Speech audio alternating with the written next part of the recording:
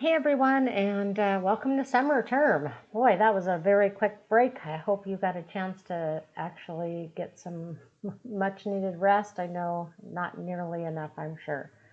So I'm just going to do kind of an overview of the course in this video, and then I'll do a video for each week if that's helpful. You can watch those in order to make sure you understand what to do each week. So I'm going to start with the syllabus, and as you can see, the course assignment sheet, the last page of your syllabus is probably the most helpful information in terms of knowing what to do, when it's due, and how many points it's worth. So that I would recommend taking a look at, but you also may want to take a look at, so this class is divided pretty much into 4 projects, and then you have some discussion posts. So that's how you will be evaluated.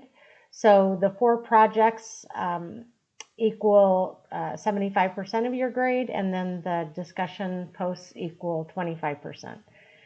The discussion posts require most of them, except for the first week, you to respond and then actually comment on at least one classmate's post, and so it's really important that you at least pay attention to the due dates for that so everybody has a chance to complete their work.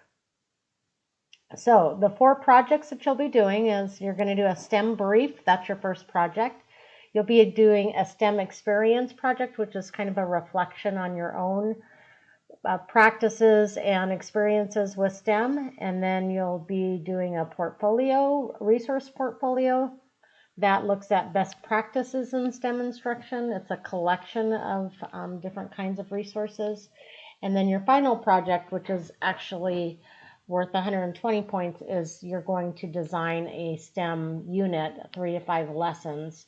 And for this one, you're going to actually use an existing curriculum of your choice and modify it to meet the requirements of the STEM unit. So that's real quick, a brief overview of the course. Again, this is a 6-week long course, so it's going to be kind of more intensive, and you'll see that particularly in the first few weeks. You'll be working on those first 3 projects, and then the last couple weeks you'll be finishing up with completing your unit.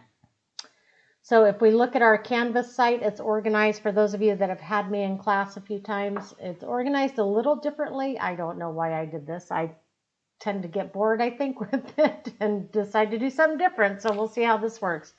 So instead of listing it by week and then having the resources under each week, I've listed the assignments by week, but then I have the project resources listed below. So you will be able to see what is due each week with a to-do list, and I'll also do a video. And then your assignments will be listed underneath that, and this is where you will actually access and upload your assignment submissions.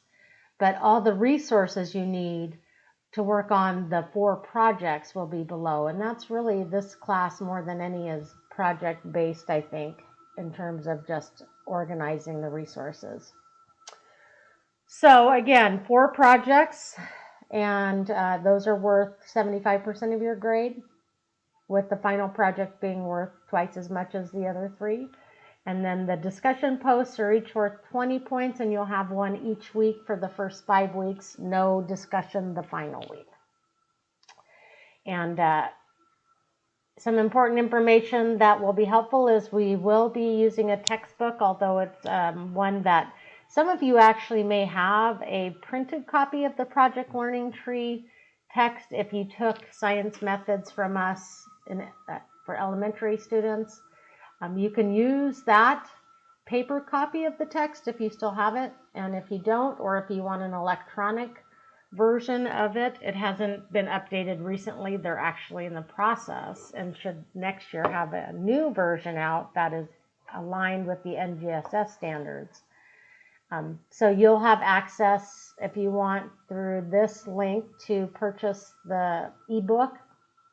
And so it's $10. I would recommend it. And then, so to get the book, you have to click on this link and then open the link. And this is where you purchase it. So you will not have access to it right away. What will happen is You will get an email from OnRep, which is who provides this resource, and you will have to get an access code that you will then have to use to get back to the resources. And so I've also provided a link to how to access the PLT resources once you receive the access code. And that may go to your spam folder. So generally, Leanne's pretty good about getting those out within 48 hours of when you purchase it. And so check your spam folder if you don't get it, but let me know, because we do need to start looking at that beginning week 2. And you'll have to choose an activity out of that resource. So the reason we're using Project Learning Tree is I'm providing at least one curriculum that you can choose to use for your STEM unit.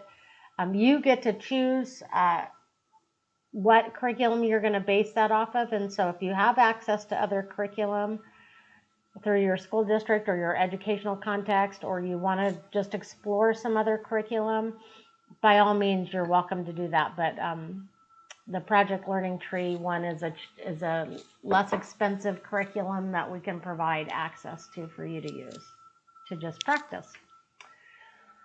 So that is pretty much it for the intro overview of the course. Make sure you read your syllabus, and if you have any questions, respond or reply or sign up for office hours. I guess I do need to post the office hours link, which will go here in the intro section, where you can just sign up to meet with me individually on Zoom. So a couple things to think of. The projects for this term, there is no required collaborative project. You are able to collaborate with others if you want on the STEM unit. That might reduce the workload some, but that's entirely up to you, and it's a little harder to facilitate online, so that will be your choice. The other thing is there is no Zoom consecutive or not consecutive,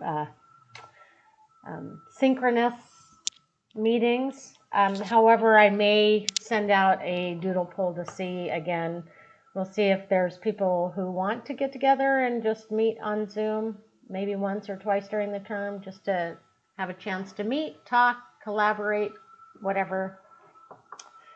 We'll see how that goes as we move forward.